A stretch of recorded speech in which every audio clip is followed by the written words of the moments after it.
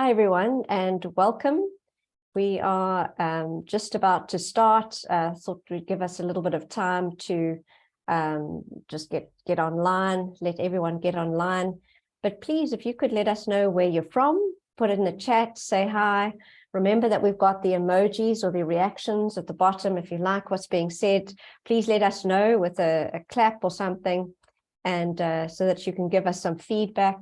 And we welcome to everyone. I think we've got a bumper audience today. So I'm really looking forward to this discussion. I'm going to hand over now to our host for today, and that's Alex Hetherington. So thanks, everyone, and I will see you on the other side. Thanks. Cheers. Yeah. Thank you, Carolyn. Good morning, good afternoon, and good evening, depending on where you're tuning in from. This is the first in the series of First Tuesdays hosted by the ESG Exchange, with thanks to Fluid Rock Governance for the support in this particular webinar. I'm Alex Hetherington. I'm a longtime student of and consultant in corporate sustainability. I'm particularly excited about this topic that we are addressing this evening, focusing on ESG or sustainability, depending on the lexicon that you like to use, the leadership thereof, and particularly the leadership at board levels of companies and within the executive levels and structures of both public and private companies, and also, of course, state-owned enterprises as well. As I'm sure many of you are increasingly aware, this is becoming a hot topic. Media attention is being afforded to the issue around board expertise around non-financial issues. Reporting frameworks like the soon-to-be released International Sustainability Standards Board is going to be asking information around board composition and board experience and ESG issues, and even initiatives such as the CDP, formerly the Carbon Disclosure Project, is now awarding points to companies that can disclose and prove board experience around climate change and carbon management. And the flip side of that is that they penalize those companies that can't. So I think it's a very topical issue. It's only growing in stature at the moment. The structure of this discussion is I will introduce the panelists, facilitate some questions, get the feedback from the panelists on their thinking about some of these issues. And then we will open up at maybe the last 20 or 15 minutes of the webinar to questions. We will try and cover as many questions as we possibly can. But we have agreed among us that if we do not cover all the questions and you would like to send a direct question to either of the panelists or to all of the panelists, please do so, facilitated through Carolyn at ESG Exchange, and we will forward it on to the panelists. And they have very kindly said that they will respond to these questions. So please feel very much included in this discussion. Joining us to talk about these trends in corporate board and executive leadership and the value or otherwise of such expertise are three panelists that I don't think could be better positioned to actually be giving us their perspective. Annamarie van der Merwe is Executive Chair of the Fluid Rock Governance Group in South Africa. They provide legal, compliance, and governance support to companies. Annamarie is a corporate lawyer by training, has been a company secretary, and serves as a non-executive director on listed companies. She was a full member of the King Committee from 2007 to 2020, and a member of the King 4 corporate governance production team. Mary Adams, based in Boston in the USA, is a co-founder of Insight 7, a software company dedicated to integrating sustainability data with financial information to aid better decision-making by corporates. Formerly a high-risk lender with Citicorp and Sanwa, Merwe is now a specialist in long-term systems thinking for companies and is the co-author of Intangible Capital, putting knowledge to work in the 21st century organization. Importantly, she is also the co-founder of the Exit Planning Exchange, a forum for promoting long-term thinking in private companies, and also the Integrated Reporting US Community, a forum for promoting long-term systems thinking in public companies. Also with us is Dr. Sharron McPherson, who divides her time between the US and Africa, also a lawyer by training. Sharron was a Wall Street finance executive before becoming a co-founder and former CEO of Women in Infrastructure Development and Energy, Africa's largest women infrastructure investment group. An advocate for disruptive technologies, Sharron today is the CEO of a climate technology startup company, the Green Jobs Machine. She also serves as a non-executive director on numerous boards and is a member of the South African Institute of Directors and the National Association for Corporate Directors in the US. So I'd like to welcome all three of you to the panel. Thank you very much for joining us. We're looking forward to this. I'm going to kickstart the discussion with a question to you, Annamarie. And it really comes out of what I think might be termed contradictory findings around the value of board expertise around ESG issues. In 2019, PwC issued a survey, the results of a survey of 700 directors of publicly listed companies. 56% of these respondees thought that boards back in 2019 were spending too much time on sustainability. In other words, it was a distraction, I think is reading between the lines. A more recent survey by the Boston Consulting Group and INSEAD that was published in 2022, also surveying board directors, came up with findings where 70% of such directors felt that ESG expertise at the board level was both ineffective and unable to integrate proper governance and strategy within the corporate sector. So, Annamarie, I just want to ask you a question straight up. Is there tension within boardrooms and within executive office structures around around the value that ESG brings to companies and why they should be focusing on these kinds of issues these days? Thanks, Alex. Afternoon, and let me just say welcome, and on behalf of the Flirt Rock Governance Group, also welcome everybody and my two co-panelists. I'm honored to be part of this panel with two well-experienced people, so I think I'm going to learn from them as well. So, but let me try and respond to your question very quickly. I think, you know, Alex, I would probably respond on that from a very practical perspective, because when I talk to directors, I always make the point that it's not my legal background to talk to them about their role and their duties. It's the scars I have on my back, having grown up in boardrooms for 60 years, you know. So I may turn out to be the most cynical of the three panel members, to be quite honest, because I do see a lot of window dressing. I see a lot of lip service. I see a lot of tick box approach. And I think it talks to the point that you're raising, that there is a lot of gray areas. There's a lot of uncertainty. We are not on the same page around this. For me, it was like, if you look at the topic, you'll say, why are we having this conversation? This is a no-brainer. You know, I mean, why do we have to even talk about whether there should be ESG expertise? You know, I would think it's a given kind of thing. But then just now on the 31st of January, for example, here in South Africa, on one of our news platforms, Daily Maverick, somebody wrote an article about the ESG, what he called the ESG con. He used words like the ESG circus, the ESG fact, and they wrote quite a kind of hard, as you can gather, a string kind of approach to this whole thing about ESG investing and what a circus it is. And then somebody responded to his article, and I heard her words were something, I'm horrified to read this nonsense.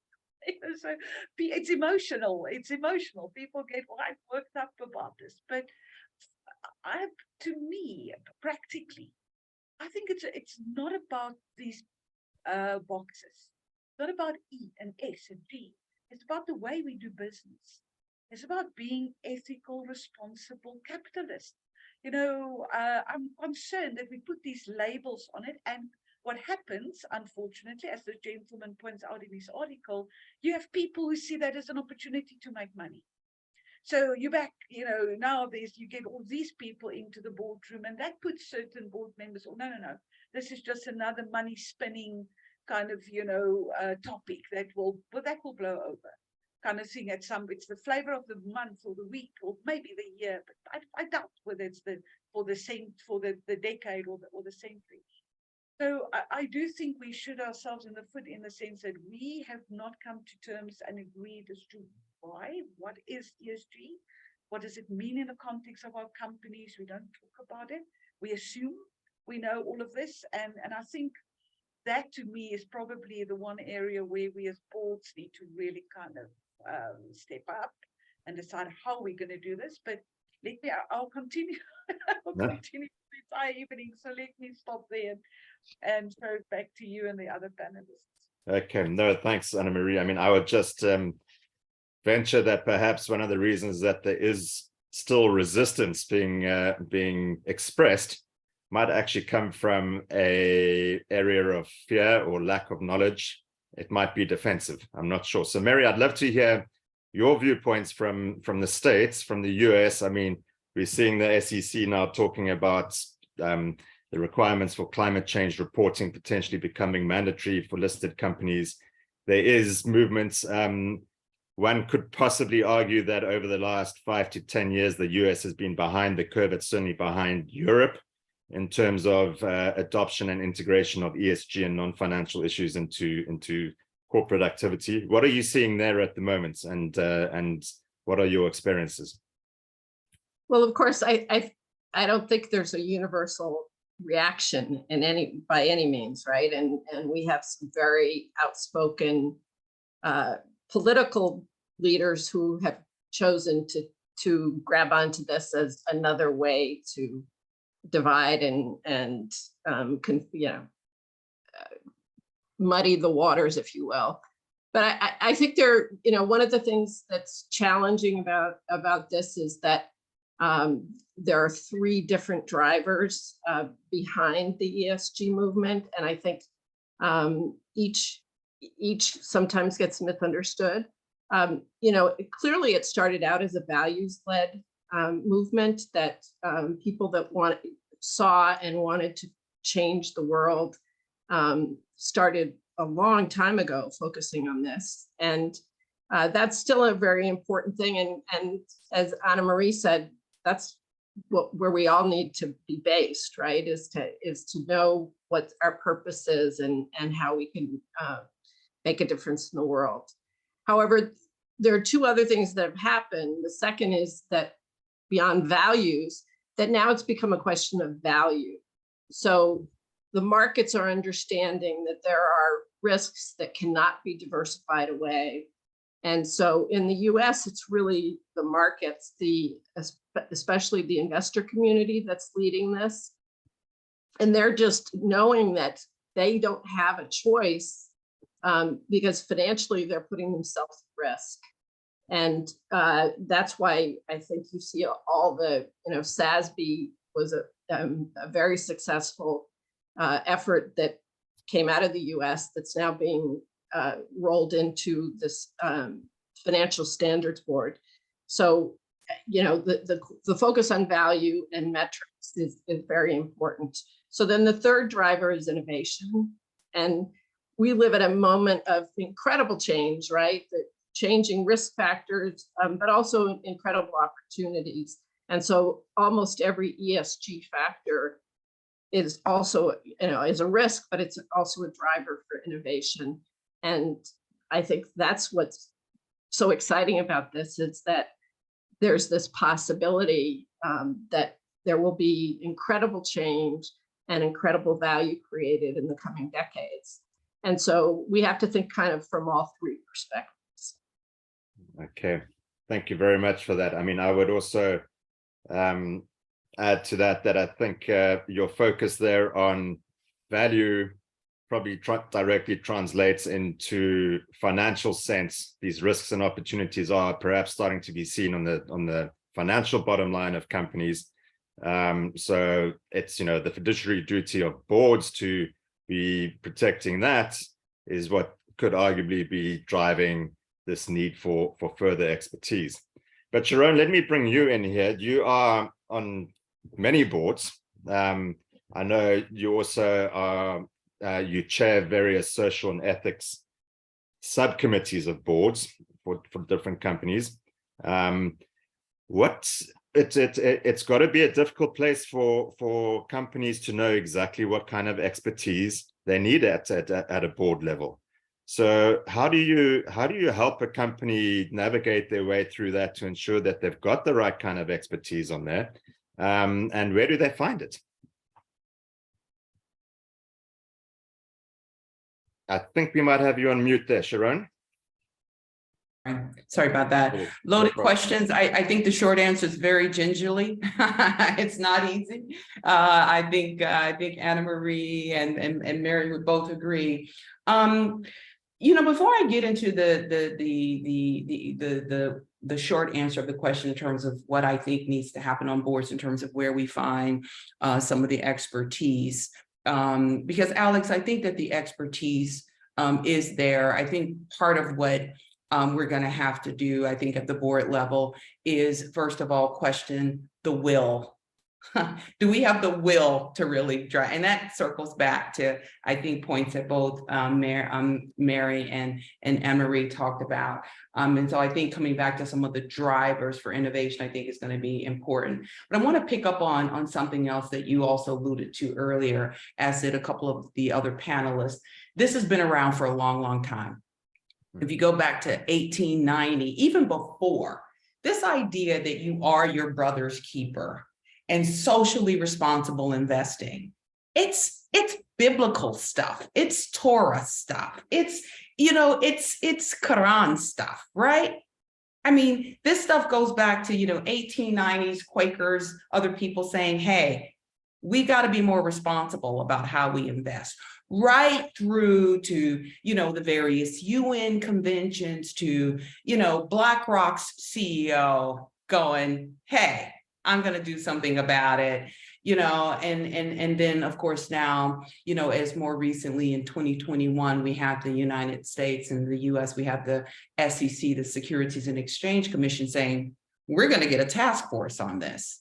Yeah. And so I think, I mentioned that to say, if you go back and you look at the history, and some folks are saying in the chat, talking about the Japanese. So if you go back and you look at the history with respect to those folks who are engaged in either cheap politics, where they're willing to say anything for a vote, to folks who are just willfully ignorant for a whole host of other reasons, which may translate in some short-term gains for them. This ain't going nowhere. It's been around for a long time and it's here to stay. So I wanted to just put that out there and stir the pot. And there'll be lots of people who may disagree. Bring it on, and we can have that conversation. So what do I think in terms of like the talent that's needed on the board? I think part of the challenge that we've had on boards is that ESG, which really it originates in this whole idea of socially responsible investing. And then we dropped the social and it became responsible investing, right? And then it became something else, and then it became something else. And so the consultants notwithstanding, and all the folks who are interested in commoditizing ESG for their own personal gains, let's put that to the side for a second.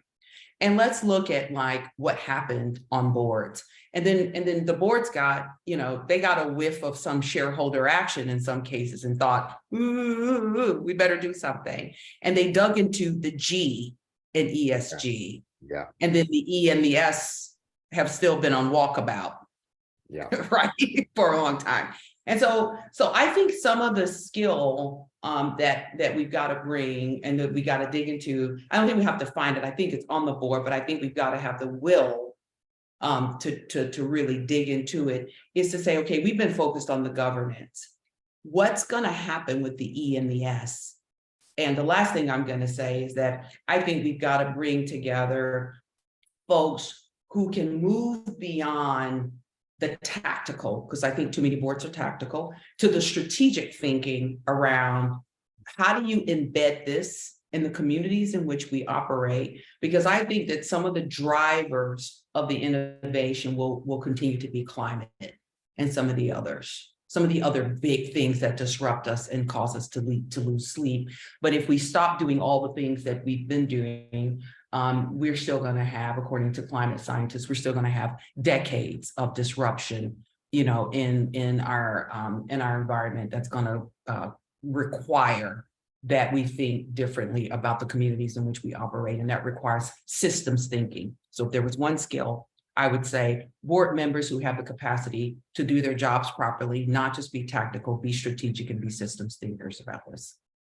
Okay, thank you. I want to pick up on one point you said there, though, about the focus on climate as being a key driver within boards at the moment. I was listening to a discussion earlier today around coming out of the biodiversity discussions at the end of last year in Montreal, where there was tremendous awareness and I think promotion of the fact that climate is actually a subset of biodiversity.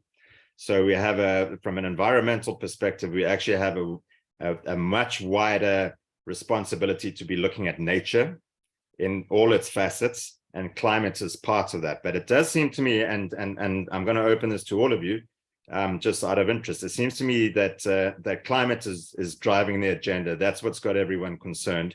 Maybe it's because of some of the weather events that we've experienced. But from the E perspective, it can't just be climate, right? It has to be much wider than that. So Sharron, back to you on that, and then I'd love to hear Mary and Annamarie's perspective on that. Listen, we could spend a long time talking about the environment and how do we define the environment.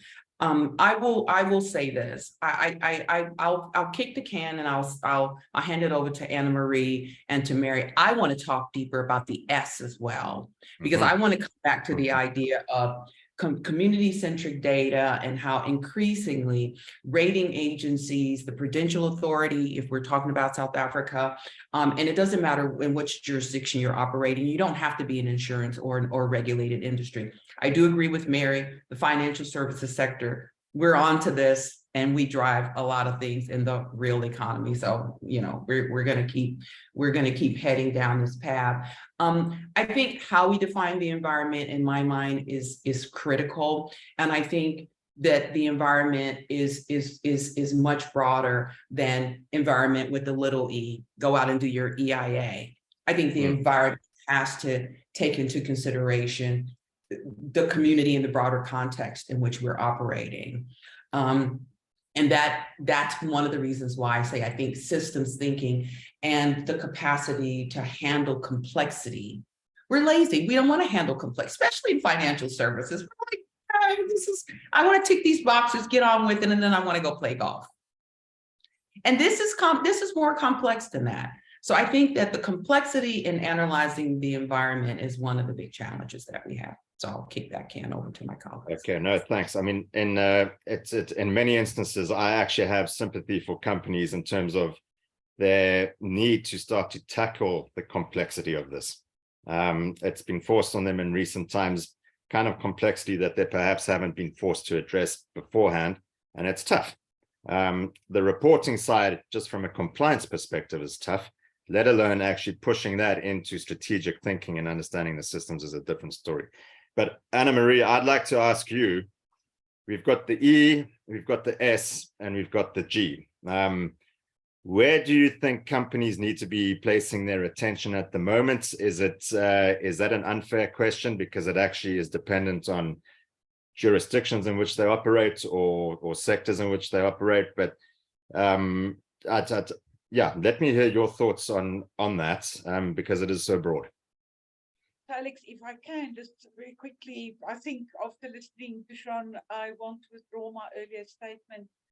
I may not be the most cynical member of the panel. I'm now thinking about that, but I like where she's going. I think Lucia and I are, we're very much on the same page on this. And Sharron, your point about, the kind of, if this being biblical made me sort of think about recently, one of the most recent corporate governance codes that were published was of the Lesotho. And the Lesotho Corporate Governance Code is based on the teachings of Chief Mashlomi. And Chief Mashlomi, who lived in like 1720 to 1815, I kind of, to explain who he was, I say he was the John Maxwell of his time, you know, kind of person, leadership guru, and all the princes of the tribes were sent to his school. He was the author of the Ubuntu principle about, you know, the villagers looking after one another, etc. So to your point, it's always been there, and that's for me the thing. This is not it's not a new box, a new label, a new division. It is who we are. It should be our DNA. And that, Alex, sort of brings me to your point as well. We need to be very careful not to kind of put it into boxes as well. You know, just this week I was in a conversation with the chair of a board, and we were talking about the matrix. What do we need in the board? And somebody made the point about environmental. I said, no, I just don't want one of those greenies in my boardroom now, you know, kind of thing. And that's the concern, because this is how it is seen. For me, also, if you think about, because that's really our topic today was about ESG and the board. If you think about what is the role of a board, and Sharron has sort of touched on that already. You know, I read an article once, we do board evaluation, all those sorts of things. So I read up a lot about that and the role of the board. And in this one article, because let's face it as well, let's not be honest here, you know, it's not, you know, no holy cows here. Management, in 99% of the cases, the board, in my experience, is a major source of frustration and irritation, you know, for management. You know, they could just get on with it if it wasn't for the board. And this one CEO, I thought, wow, I would love to meet this man, because he made the comment that his board, to him, is like having access to the best consultants money can buy. Like, wow, that's the kind of board member I want to be. I want my CEO to say, you know, I bring that value to the table. Now, what that makeup, that body of consultants should look like, I think that question needs to be answered by, first of all, what is our purpose? Why do we exist? What are the material critical issues in our business? If you take Sharron, financial services, etc., they're not necessarily, and I'm not, you know, this is again, but not necessarily on the environmental side, the social side, I think is critical, but it depends from organization to organization. For me, the board should not go, is it E, is it S, is it G? The board should go, who are we? What are our values? And how do we ensure that our values, to Mary's point, are embedded in everything we do? And if you look at the role of the board of that consultant, that strategic kind of leadership, culture, strategy of the organization, how do we make sure that we live those values in everything? Let me give over to Mary, maybe, or to yourself. Yeah, Mary, I've got a specific question for you, but I mean, is there any response that you'd like to come in on what has been discussed to this point? Yes, I'd love to comment, especially on the systems thinking that Sharron introduced. I think that board members are no different from all business people, that we were brought up with a set of mental models. I mean, if you look at education, specifically business education today, so much of it is really still based on an industrial model, and we're all trying to adapt to new ways of thinking, and we're hamstrung. And so I think one of the most fundamental things that a light bulb went on for me not too long ago, if you think about how does a company see itself as a system, and what are the tools for doing that, and you think about what are the tools today, first you have an org chart, and that tells you how people work together, or what their assigned roles are, but it doesn't really explain how things get done. A second way of, the second big tool that most people have for seeing an entire company is the chart of accounts in finance. Yes. So that tells you where the dollars go. The org chart tells you the people, but how does the company create value? What what are different teams doing? How do they support each other? How are they connected to external resources? How is money and value creation flowing throughout an organization? That's a missing piece. And that's something that I've been doing a lot of work. Our company's been doing a lot of work to help create maps of value creation. And once you have that, then basically you can start thinking more systemically. It's, you know, it's not perfect, but that's the beauty of facing these challenges at this moment, is that we have technology to help us. And if you can map your value creation, then you can map resources, you can map spending, you can map workflows. And I also would submit, you know, I know that in South Africa, there's a very strong integrated reporting foundation, and the idea of capitals is a multi-capital model, I think, goes hand in hand with this. That if you think about how are we creating value today, performance for our customers, but in a way that's ensuring that we're taking care of our very broad environment, as Sharron said.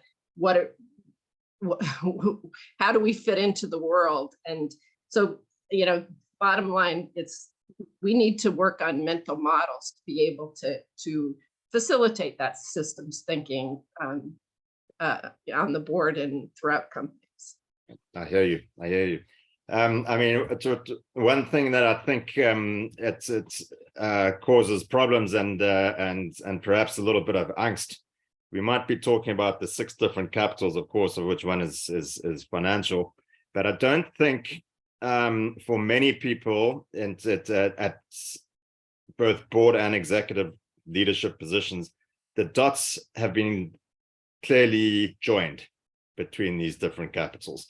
And I think that's, I'm not quite sure why not. I'd like to hear your perspective on that. I'd like to hear your perspective on what needs to be done to actually join those dots. So if you think very fundamentally, if you've got your model correct of the capitals, and I don't think that those are set in stone. I think that each company has to think about what are our capitals and put it into the language that fits for them. But if you're really, you know, our concept, you know, that I always talk about is sustainable value creation. So if you're going to create value today in a way that ensures that you have access and that you're taking care of the resources, you know, the environment that you live in, if you're going to pursue sustainable value creation, that means that every basically KPI and all of your financial metrics can be mapped to the capitals. And people haven't done it because it's hard, but it gets back to, if you can map value creation, then you can map resources, you can map capitals, you can map financials. So I think it's just coming to that systems view of a company is something we're all kind of, you know, there's been a lot of progress in thinking about it, but we're not, you know, it's certainly not mainstream yet. Yeah, okay, thanks. Sharron, I'd like to come to you with your financial background. Let's talk about the investor community and what role they are playing in recent years around driving the need for ESG thinking and the need for ESG leadership within both the listed and the private space. Why are they doing it? I mean, if one was to take a really cynical viewpoint on it, and I use that word cynical in inverted commas, but you know, financial analysts are trained in analyzing a company's value through a set of financial statements, right? Typically, and those are typically backward looking.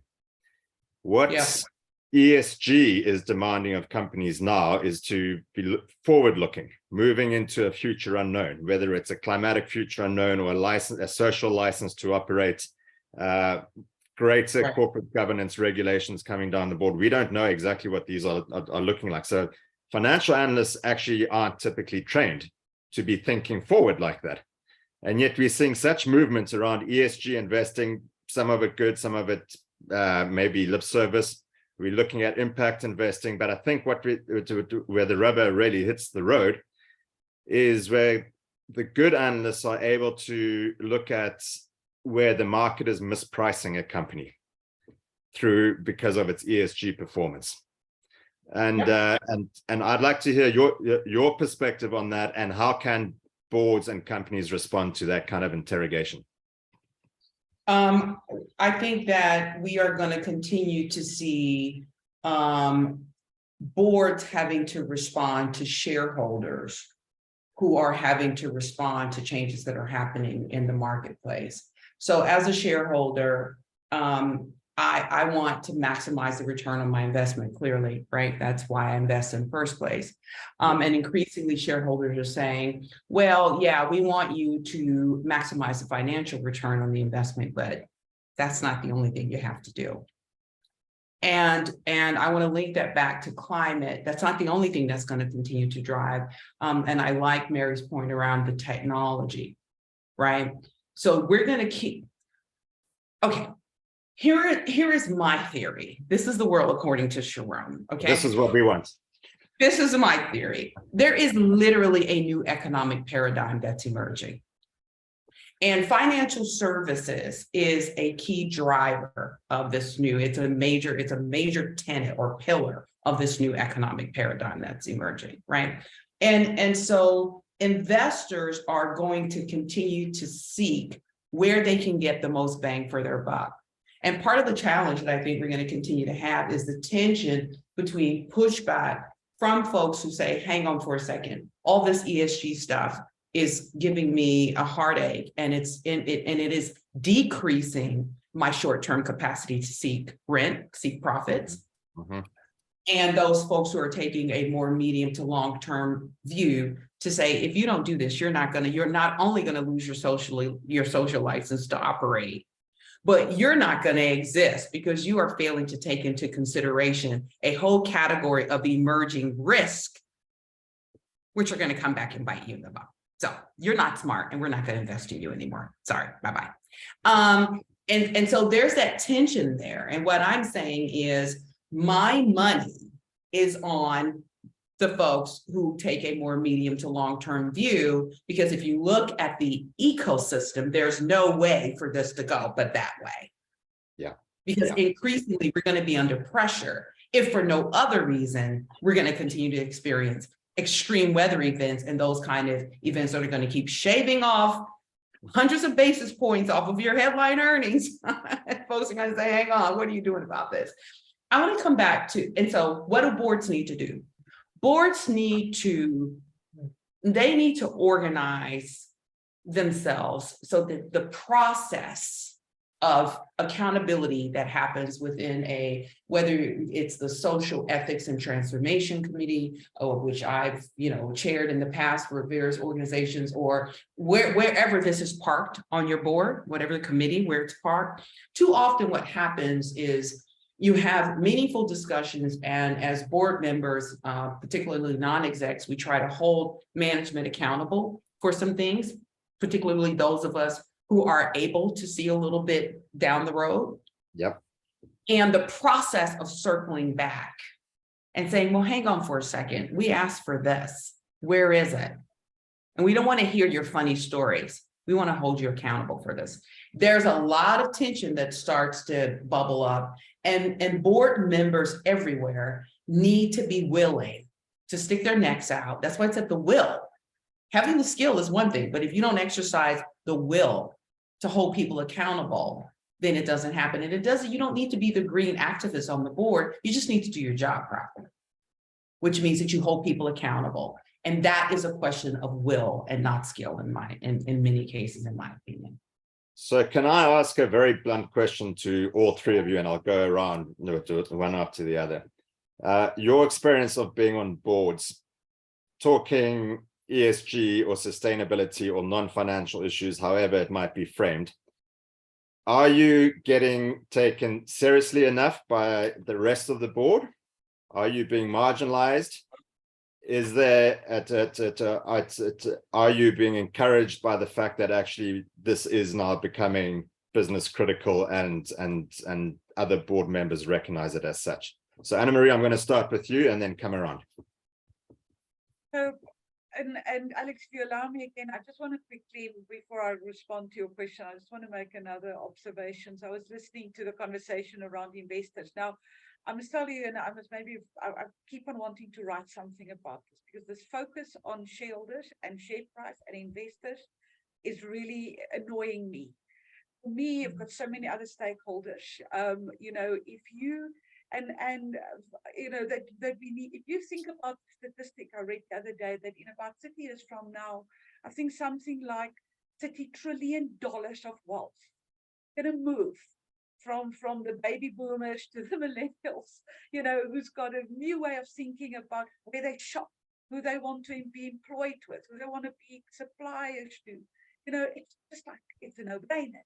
But I think to answer then your question, it's there because I don't think anybody, or no, let me put the majority, I don't think, you know, with bad intent tried to sabotage this. I think it's more their views and very, you know, you quoted that some directors think we spend too much time on it. I think there's this misunderstanding again about what it is, what it literally means, why it is important for us, how it impacts the financial bottom line and our other bottom lines, our people bottom line. You know, so I don't think we're talking from the same mouth. And as I said, there's not really bad intent. It's just we come from different paradigms, different understandings about the role of the board. You know, I've been told once by a long-standing board member that you know, he does not expect me to ask so many questions as a new. I mean, you know, you get that kind of, you know. I think that says a lot. So it's not easy. I think we need to I say till I have my last breath. When I do training with board members, I always end with a little cartoon. And this cartoon, I think it was in a book, one of the books I recently read, Paul Pullman or Reimagining Capitalism, one of those books. But it's this gentleman sitting in this dark earth, barren ground, and he's got 3 little kids around the fire. And he says to them, yes, I know the planet got destroyed, but for a beautiful moment in time, we created a lot of value for shareholders. And you know, I see myself and 3 of my 4 grandchildren sitting there in a few decades from now. So yeah, I think we need to this fixation on investors and shareholders and what they want.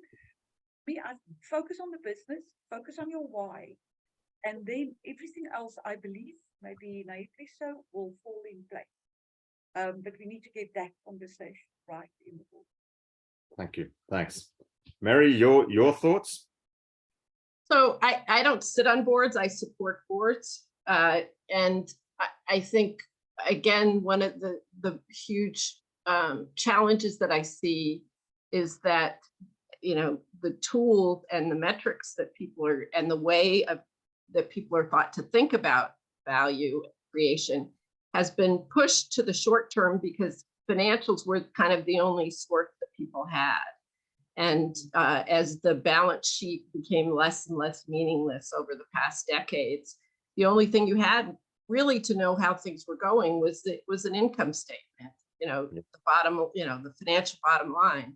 But a board has never been tasked with supporting short-term stock movements, although that is, you know, in practical terms, that's how many people came to understand shareholder value.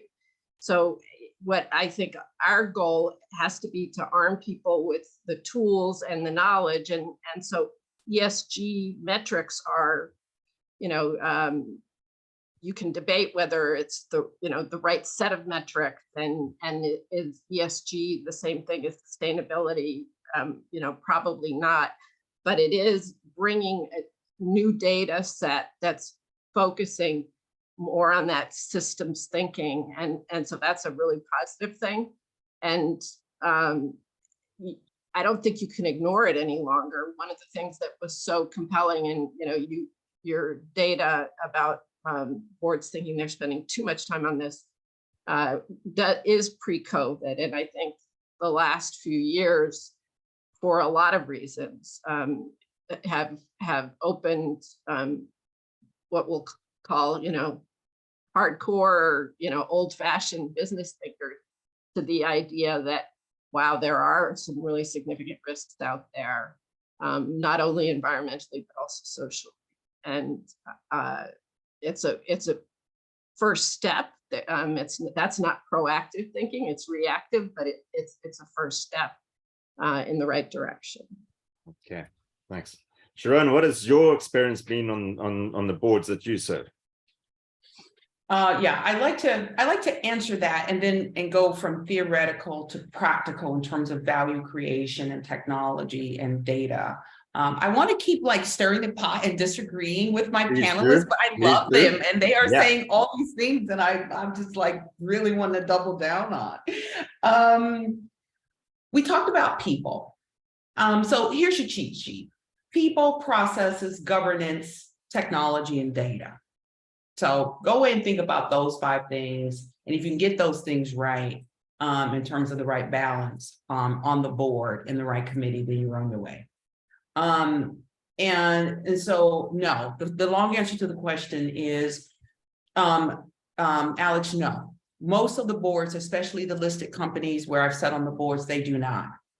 The companies where I've sat on the board of a few banks across the continent, where I've been able to get either a chair or a CEO who's really visionary and who's willing to say, okay, let's do this. What they've managed to do is make those links to value creation and build a business that's really resilient. And that's what I wanted to end on. I wanted to end on resilience.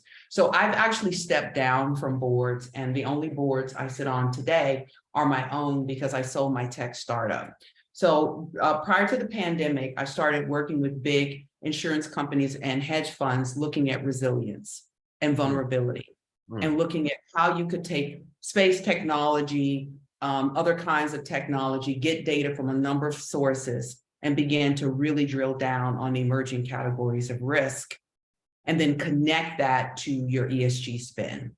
So you're making yourself more resilient. You're making your community in which you operate more resilient. You've got an ecosystem play. You're saving money because you're driving down your own vulnerabilities and you're helping all the people in your ecosystem. Now that's a win-win. Plus, on our platform, we're able to connect directly to your sustainable reporting framework. So a lot of the angst, the complexity, that, oh my God, I've got to do all this reporting when I just want to sell insurance products. You take that out and then you show people a way that they can make. So then boards start paying attention. And then you're not kind of like the stepchild where you go through audit and risk and investment. And then you're given 5 minutes on the back end of the board pack to talk about all the things that, of course, now the Prudential Authority is going to come along and ask you a question. So yes, we like what's happening with the regulators because we think they're spot on and we need to be moving in that direction. And boards do need to give this. They are going to, because the pain is going to become so exquisite that they're going to have to. So. Okay, thank you. Time is flying. Before I take some of the questions from our audience, I just want to open up to the 3 of you on the panel. Is there any other areas that you'd like to come in on that perhaps we didn't have enough time to cover? Any other points or thoughts from your side? That's right. Alex, if I can I saw a comment coming in about private companies and saying the focus is on listed entities. But to me, this is not a listed, non-listed conversation. It is a company societal conversation, whether you're listed or not listed. And whatever way, this is again to my point, the way you actually just say, what is our purpose as an organization? How do we live this purpose? That is what should drive this conversation. And let's try and steer away from ESG, because ESG is for listed company. It's not. It's being responsible business. We're quite quick to say, doing good is good business, or we're responsible business. We don't really take time out to say, what does that look like? and how do we do it within our context. So I just want to make that point. We need to talk about this more. We need to talk about it in the boardrooms of all organizations and in the management, not only in the boardrooms, at all levels of our organization. Okay. Mary? I'll just say one thing that I think if there's one thing that I tell people that is a key kind of measure or indicator of whether you're walking the talk, it's whether your capital investment and your resource allocation process in your company considers more than just the financial. We're accustomed to thinking about financial and operational considerations and performance. And now you balance those two. Now you've got like a third ball. Now you're juggling, but you need to optimize all three: financial, operational, and sustainability, to be, as Sharron said so well, a resilient company. Great, thank you. I just want to say we're getting at an unbelievable list of fantastic comments and questions coming in here on the chat box. I think the ESG exchange must capture all of these if we can, Carolyn, and hold it and distribute it out to all participants, because it's really been fantastic. One of the things that caught my eye was the issue of compensation. Is there a direct link between executive compensation, even board compensation, around a company's ESG performance? And if so, how should that be dealt with? I think, Annamarie, I'm going to ask you that from a governance perspective first, but let's see what you all think about that. I think it's a kind of, no-brainer that what you're going to incentivize is what you will get at the end of the day. So we need to look at that again, but doing it in a conscious, responsible manner as well. So there is a direct link. Absolutely believe it, and this is why this concept about aligning management's interest with shareholders' interest also concerns me sometimes. Yes, if it's a shareholder that's in it for a long run, by all means. It's a shareholder that's in it for a quick return on his investment. I have a concern with that. So I want to say you need to incentivize along with the in alignment with the values and the purpose of the organization. That's what you should be driving. So yeah, I think that's a fairly straightforward. Thank you. Merwe and Sharron, have you got any thoughts around ESG linked KPI compensation? Sharron? Okay, Merwe, you go first. Sharron, were you going to go or? Yeah, I'll jump in. Listen, I definitely agree with you, Annamarie, that perhaps I'm a little bit more cynical. I'm probably older. That's also true. That must be why. I think I am a little more cynical though. And I have found that I can create omni-wins, and it sounds terrible, but I'm just gonna say it. I find that I can create omni-wins by like appealing to like the prurient interest, right? It's like, okay, you really don't care about anything else other than like doing what it is that you're producing widgets. That's really all you want to do. So if I show up and I assume that that's what you want to do, just, produce widgets, then I can drop a dashboard and I can connect, I can quantify. That's why data-driven practices is where we're going.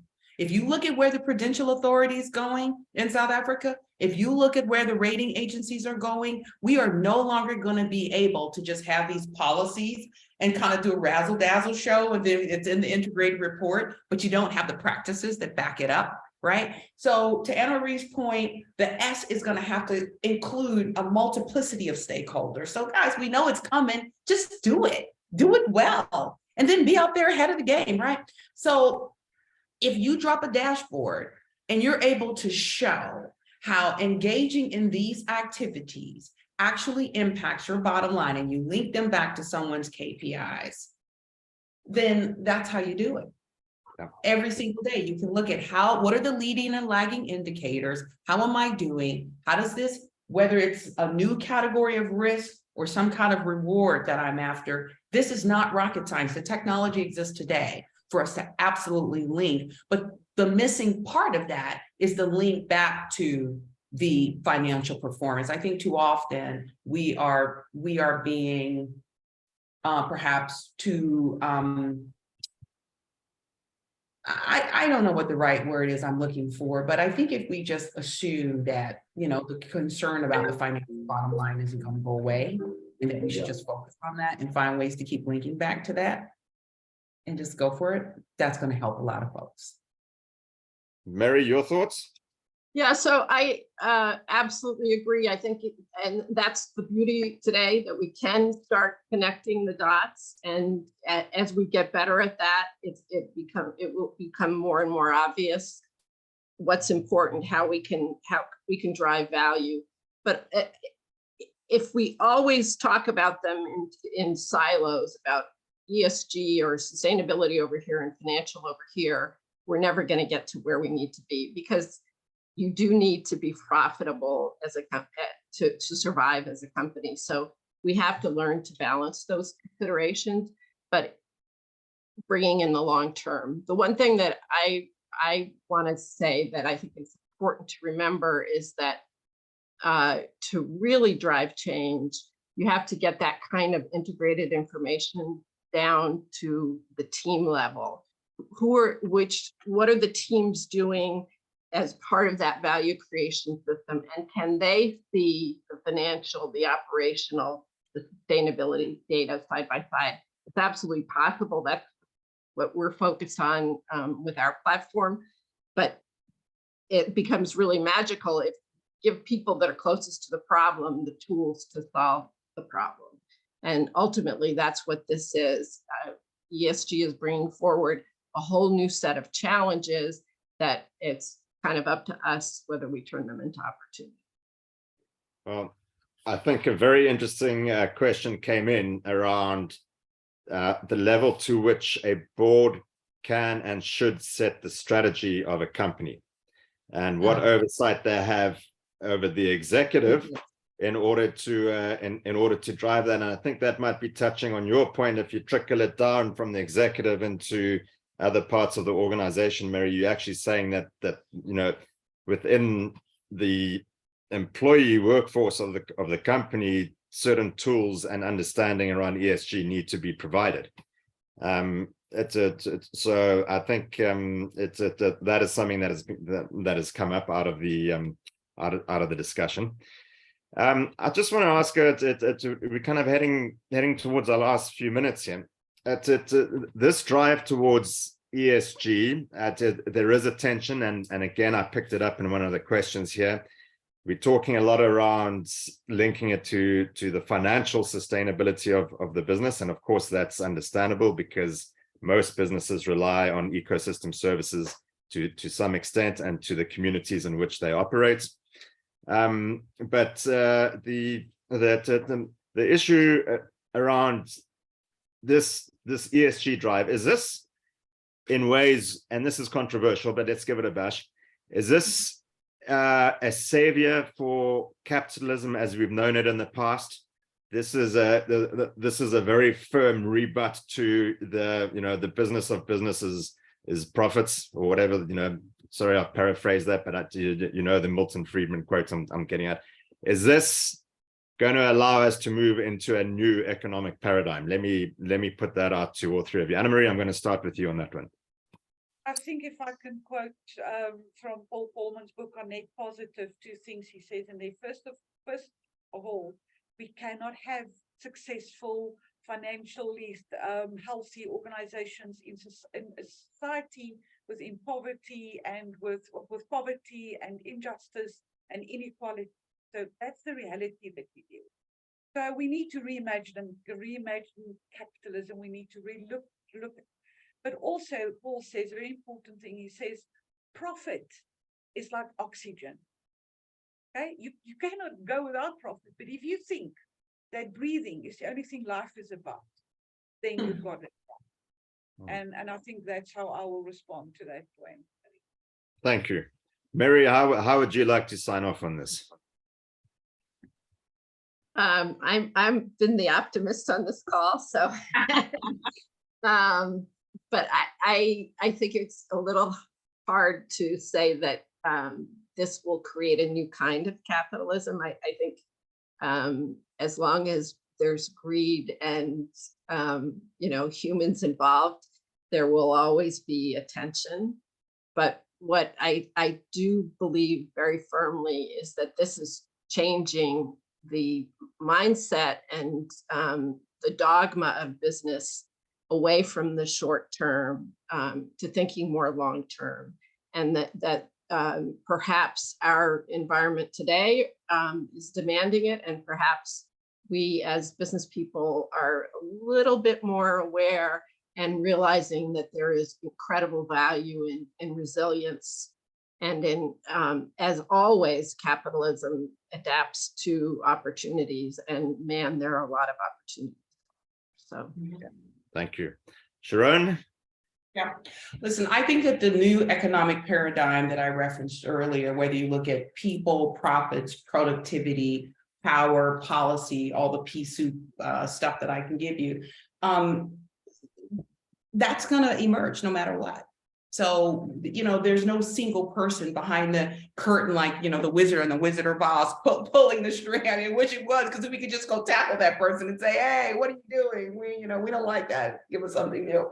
And so there's a new economic paradigm that's emerging. I think the takeaway that I'd like to leave with folks is for you to go back and do some soul searching. Like, where are you in this new paradigm? Right? Where are you positioning yourself? And so I'm hearing you and Annamarie, and the question that I think is percolating in my mind is, can the same kinds of capital that created one of the most unequal societies in the history of humankind, can those same levers be used to create a more just and equal society? What kind of world do we really want to live in? That's really the question that we need to be asking ourselves. And am I, as a shareholder, willing to give up some of that financial profit for a more just and equitable society? We have to ask ourselves those questions as shareholders. And then the final thing I'll say is that there's been no society in the history of humankind that's been able to sustain itself with the levels of injustice and inequality that we have on the planet today. Every society that's been this most unequal has perished. Okay. Yeah. So let's be smart. Okay. Let's be smart. Yeah. That is very thought-provoking final sentences. I'm extremely disappointed that our time is up. It's been such a wonderful discussion. Just looking at the feedback from the audience and the thanks from them to the panelists, all three of you, and your points of view. A very big thank you from the ESG Exchange. Wonderful discussion. Very much looking forward to being able to share the webinar to a wider audience, and also particularly the feedback from this particular audience, which has been really incredible. I thank the audience for all your points, and wish you all a fantastic morning, evening, good day, and thank you for a wonderful discussion, all three of you. Alex, Thank you. for hosting. Thank you, Alex. Very well. Been Thank you. wonderful. Sorry, Annamarie. No, we're just also saying thanks to Alex. Thank you. And thanks to all of you from the ESG Exchange. We are having this discussion again with a different topic on ESG investing. Is it just a fad? So that came up today. And so that's going to happen on the 7th of March. We are alternating the time, so it will be earlier, a couple of hours before now, so that we can bring in our Asia Pacific, Australia, Japan, Beijing, all our members from that side of the world. But thank you very much, everyone, for attending. And the comments will be anonymized and loaded to the events page, along with the questions and answers and a recording of the video. Please share it far and wide. Thank you very much, everyone, for attending. Thanks. Thank you. Thank Bye-bye. Cheers. Bye-bye. thanks so much. Thank you. Bye-bye. Bye-bye.